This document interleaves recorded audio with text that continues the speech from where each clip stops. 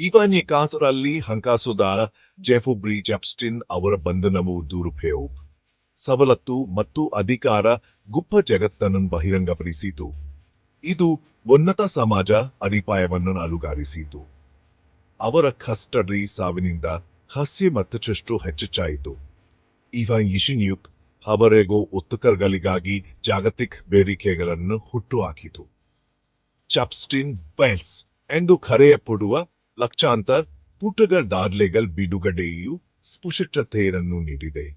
ಆದರೆ ಅಪ್ಸ್ಟೀನನ್ ಮತ್ತು ಅವರ ಸಹಚರರನ್ನು ಅಕ್ಕಿಸಿದ ಭ್ರಮ ಮತ್ತು ರಹಸ್ಯದ ಜಟಿಲವಾದ ಜಾಲನ್ನು ಸಹ ಬಹಿರಂಗಪಡಿಸಿದೆ. ಆ ಕಪಟೆಯು ಕೇವಲ ಒಬ್ಬ ವ್ಯಕ್ತಿಯ ಬಗ್ಗೆ ಅಲ್ಲ, ಆದರೆ ಅವರನ್ನು ಸಕ್ರಿಯಗೊಳಿಸಿದ ವ್ಯೂಹಸೆಡ್ಲೆಗಳು ಮತ್ತು ನ್ಯಾಯದ ಅನ್ವೇಷಣೆಯನ್ನು ಇನ್ನೂ ಕಾಡುವ ತುರ್ತು ಪ್ರಶ್ನೆಗಳ ಬಗ್ಗೆ. ಜೆಫ್ರಿ ಅಪ್ಸ್ಟೀನ್ ಸಾಧಾರಣ ಹಿನ್ನೆಲೆಯಿಂದ ಬೆಳೆದು ವಿಶ್ವದ ಗಣ್ಯರಲ್ಲಿ ಒಬ್ಬರಾದರು. ಅಧ್ಯಕ್ಷರು, ರಾಜನೇತನದವರು ಮತ್ತು ಉದ್ಯಮ ದಿಗ್ಗಜರೊಂದಿಗೆ ಸಂಪರ್ಕಗಳನ್ನು ಬೆಳೆಸಿಕೊಂಡರು. ಅವರ ಉಚರಾಮಿ ಆಸ್ತಿಗಳು ಮ್ಯಾನ್ಹ್ಯಾಟನ್ ಮಹಲು ಮತ್ತು ಖಾಸಗಿ ಕೆರಿಬಿಯನ್ ದ್ವೀಪ ಸೇರಿದಂತೆ ಅವರ ಸಂಪತ್ತಿನ ಸಂಕೇತಗಳಾಗಿದ್ದವು ಮತ್ತು ನಂತರ ಬಹಿರಂಗವಾದಂತೆ ದುರುಪಯೋಗದ ತಾಣಗಳಾಗಿದ್ದವು. ಎಪ್ಸ್ಟೀನ್ ಅವರ ಆರ್ಥಿಕ ಸಾಮ್ರಾಜ್ಯವು ರಹಸ್ಯದಿಂದ ಆವೃತವಾಗಿತ್ತು. ಕೇವಲ ಬಿಲಿಯನೇರ್ ಗ್ರಾಹಕರನ್ನು ನಿರ್ವಹಿಸುವ ಹಕ್ಕುಗಳು ಮತ್ತು ಅವರ ನಿಜವಾದ ಸಂಪತ್ತಿನ ಮೂಲಗಳ ಬಗ್ಗೆ ಕಡಿಮೆ ಪಾರದರ್ಶಕತೆ ಇತ್ತು. ಲೋಕೋಪಕಾರಿ ಮತ್ತು ಬುದ್ಧಿಜೀವಿಯಾಗಿ ಅವರ ಎಚ್ಚರಿಕೆಯಿಂದ ರೂಪಿಸಿದ ಚಿತ್ರಣವು ಹೆಚ್ಚು ಗಹನವಾದ ವಾಸ್ತವವನ್ನು ಮರೆಮಾಚಿತು. ಅತ್ಯಾಧುನಿಕ ಲೈಂಗಿಕ ಕಳ್ಳಸಾಗಣೆ ಜಾಲವನ್ನು ಸಮರ್ಥಿಸಿದ ಆರೋಪಗಳು ಅವರ ನೆಟ್ವರ್ಕ್ನ ಶಕ್ತಿಯ ಒಂದು ಗುರಾಣಿಯನ್ನು ಒದಗಿಸಿತು, ಅವರನ್ನು ವರ್ಷಗಳವರೆಗೆ ಮುಟ್ಟಲಾಗದಂತೆ ಮಾಡಿತು. ನಿರಂತರ ತನಿಖೆಯ ನಂತರವೇ ಅವರ ಅಪರಾಧಗಳ ವ್ಯಾಪ್ತಿ ಮತ್ತು ಅವರ ಸುತ್ತಮುತ್ತಲಿನವರ ಸಹಭಾಗಿತ್ವ ಹೊರಬರಲು ಪ್ರಾರಂಭಿಸಿತು. ಎಪ್ಸ್ಟೀನ್ ಅವರ ಕಪೆಯು ಹೊಣೆಗಾರಿಕೆಯನ್ನು ತಪ್ಪಿಸಲು ಹೊರಹೊಮ್ಮವನ್ನು ಹೇಗೆ ಶಸ್ತ್ರಾಸ್ತ್ರವಾಗಿ ಬಳಸಬಹುದು ಎಂಬುದಕ್ಕೆ ಒಂದು ಖಾಹಿರ್ ಎಚ್ಚರಿಕೆಯಾಗಿದೆ. ಈಥಾಂಜನ್ ಬಾಲ್ಟ್ ಅಲ್ಲಿ ಅಪ್ಸ್ಟೀನ್ ಫ್ಲೋರಿಡಾದಲ್ಲಿ ರಹಸ್ಯವಾದ ಮೊಕದ್ದಮೆ ಹೂಡದ ಒಪ್ಪಂದವನ್ನು ಮಾಡಿಕೊಂಡರು. ಅಪ್ರಾಪ್ತ ವಯಸ್ಕರನ್ನು ಒಳಗೊಂಡ ವ್ಯಾಪಕ ಲೈಂಗಿಕ ಕಳ್ಳಸಾಗಣೆ ಕಾರ್ಯಾಚರಣೆಯ ಪುರಾವೆಗಳು ಹೊರತಾಗಿಯವು. ಆಗಿನ ಅಟಾರ್ನಿ ಅಲೆಕ್ಸಾಂಡರ್ ಅಕೋಸ್ಟಾ ಮಧ್ಯಸ್ಥಿಕೆ ವಹಿಸಿದ ಆ ಒಪ್ಪಂದವು ಎಪ್ಸ್ಟೀನ್ ಅವರನ್ನು ಸಮ್ಮನ್ ರಾಜ್ಯದ ಆರೋಪಕರಿಗೆ ಒಪ್ಪಿಕೊಳ್ಳಲು ಅವಕಾಶ ಮಾಡಿಕೊಟ್ಟಿತು. ಕೇವಲ ತಿಂಗಳಗಳನ್ನು ಉದಾರವಾದ ಕೇಸ ಬಿಡುಗಡೆ ಸವಲತ್ತುಗಳೊಂದಿಗೆ ಸೇವೆ ಸಲ್ಲಿಸಿದರು. ಆ ಒಪ್ಪಂದವು ಎಪ್ಸ್ಟೀನ್ ಅವರ ಸಹಚರರಿಗೆ ವ್ಯಾಪಕ ವಿನಾಯಿತಿ ನೀಡಿತು ಮತ್ತು ಅವರ ಬಲಿಪಶುಗಳಿಂದ ಮರೆಮಾಡಲ್ಪಟ್ಟಿತು, ಅವರ ಕಾನೂನು ಹಕ್ಕುಗಳನ್ನು ಉಲ್ಲಂಘಿಸಿತು. ಆ ಸರಳತೆಯು ಸಾರ್ವಜನಿಕ ಆಕ್ರೋಶವನ್ನು ಹುಟ್ಟುಹಾಕಿತು ಮತ್ತು ಎರಡು ಹಂತದ ನ್ಯಾಯ ವ್ಯವಸ್ಥೆಯ ಸಂಕೇತವಾಯಿತು, ಒಂದು ಪ್ರಬಲರಿಗೆ, ಇನ್ನೊಂದು ಜೈಲರಿಗೂ. ವರ್ಷಗಳ ಕಾನೂನು ಸವಾಲುಗಳು ಮತ್ತು ತನಿಖಾ ವರದಿಗಳು ಅಂತಿಮವಾಗಿ ಒಪ್ಪಂದದ ಅಕ್ರಮವನ್ನು ಬಹಿರಂಗಪಡಿಸಿದವು. ನ್ಯೂಯಾರ್ಕ್ನಲ್ಲಿ ಹೊಸ ಫೆಡರಲ್ ಆರೋಪಗಳಿಗೆ ದಾರಿ ಮಾಡಿಕೊಟ್ಟವು. ಫ್ಲೋರಿಡಾ ಒಪ್ಪಂದವು ಸಂಪತ್ತು ಮತ್ತು ಸಂಪರ್ಕಗಳು ನ್ಯಾಯವನ್ನು ಹೇಗೆ ಹಾಳು ಮಾಡಬಾರದು ಎಂಬುದಕ್ಕೆ ಒಂದು ನಿರ್ಣಾಯಕ ಉದಾಹರಣೆಯಾಗಿದೆ.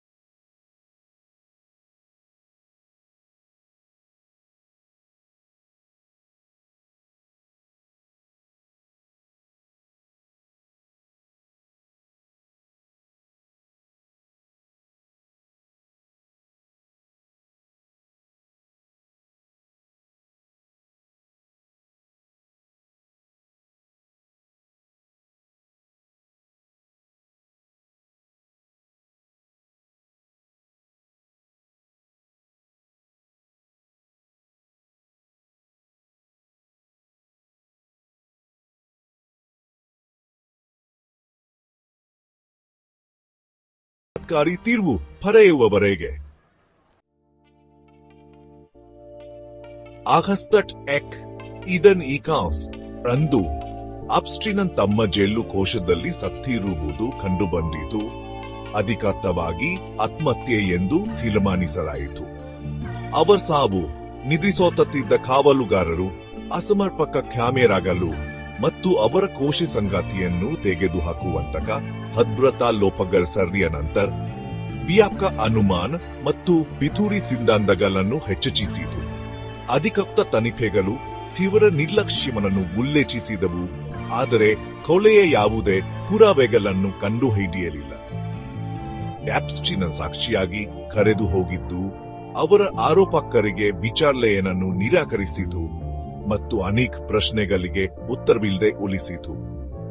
ಅವರ ಸಾವಿನ ಸಂದರ್ಭಗಳು ಸಾರ್ವಜನಿಕ ಅಪನಂಬಿಕೆ ಮತ್ತು ಊಹಾಪೋಹಗಳ ಮೂಲವಾಗಿ ಉಳಿದಿವೆ. ಅಪ್ಸ್ಟೀನ್ ಅವರ ಸಾವಿನ ನಂತರ ಗಮನವು ಕ್ರಿಸ್ಟಿಯನ್ ಮ್ಯಾಕ್ಸ್ವೆಲ್ ಅವರತ್ತ ತಿರುಗಿತು. ಅವರ ನಿಕಟ ಸಹಚರ ಮತ್ತು ಆರೋಪಿತ ಸಹಚರಿ 1 ವರ್ಷದ ಅರ್ಗಿಕೊಂಡ ನಂತರ ಈಗಾನ್ ಇಸಿರಲ್ಲಿ ಬಂಧಿಸಲ್ಪಟ್ಟ ಮ್ಯಾಕ್ಸ್ವೆಲ್ ಅಪ್ಸ್ಟೀನ್ ಅವರ ದುರುಪಯೋಗಕ್ಕಾಗಿ ಅಪ್ರಾಪ್ತ ವಯಸ್ಕ ಹುಡುಗಿಯರನ್ನು ನೇಮಿಸಿಕೊಂಡು ಮತ್ತು ತರಬೇತಿ ನೀಡಿದ ಆರೋಪಗಳನ್ನು ಎದುರಿಸಿದರು. ಅವರ ಇಪ್ಪನಿಷಿಮೆಡ್ ಆ ವಿಚಾರಣೆಯು ಬಲಿಪಶುಗಳಿಂದ ವಿಕಾಸ ಸಾಕ್ಷ್ಯವನ್ನು ಉಲ್ಗೊಂಡಿತ್ತು. ಅವರನ್ನು ಕಾರ್ಯಾಚರಣೆಯಲ್ಲಿ ಕೇಂದ್ರ ವ್ಯಕ್ತಿಯಾಗಿ ಚಿತ್ರಿಸಿತು. ಅಕ್ಷನಾ ತಂಡವು ಅವರು ಬಲಿಪಶು ಎಂದು ಹೇಳಿಕೊಂಡಿತು, ಆದರೆ ಜ್ಯೂರಿದು ಫೆಡರಲ್ ಆರೋಪಗಳ ಮೇಲೆ ಅವರನ್ನು ತಪ್ಪಿತಸ್ಥರೆಂದು ಕಂಡುಕೊಂಡಿತು, ಅಪ್ರಾಪ್ತ ವಯಸ್ಕ ಲೈಂಗಿಕ ಕಳ್ಳಸಾಗಣೆ ಸೇರಿದಂತೆ.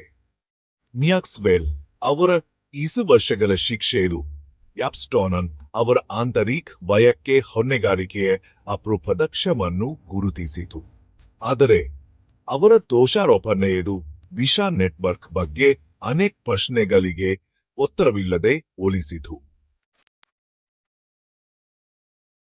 ಅಪ್ಸ್ಟೀನ್ ಆಯಿಲ್ಸ್ ಒಂದು ಈಕೆಜಿಕ ಪಟ್ಟಿಯಲ್ಲ, ಆದರೆ ನ್ಯಾಯಾಲಯದ ದಾಖಲೆಗಳು, ವಿಮಾನಲಾಗಳು, ಹೇಳಿಕೆಗಳು ಮತ್ತು ತನಿಖಾ ದಾಖಲೆಗಳ ಜ್ಞಾಪಕ ಸಂಗ್ರಹವಾಗಿದೆ.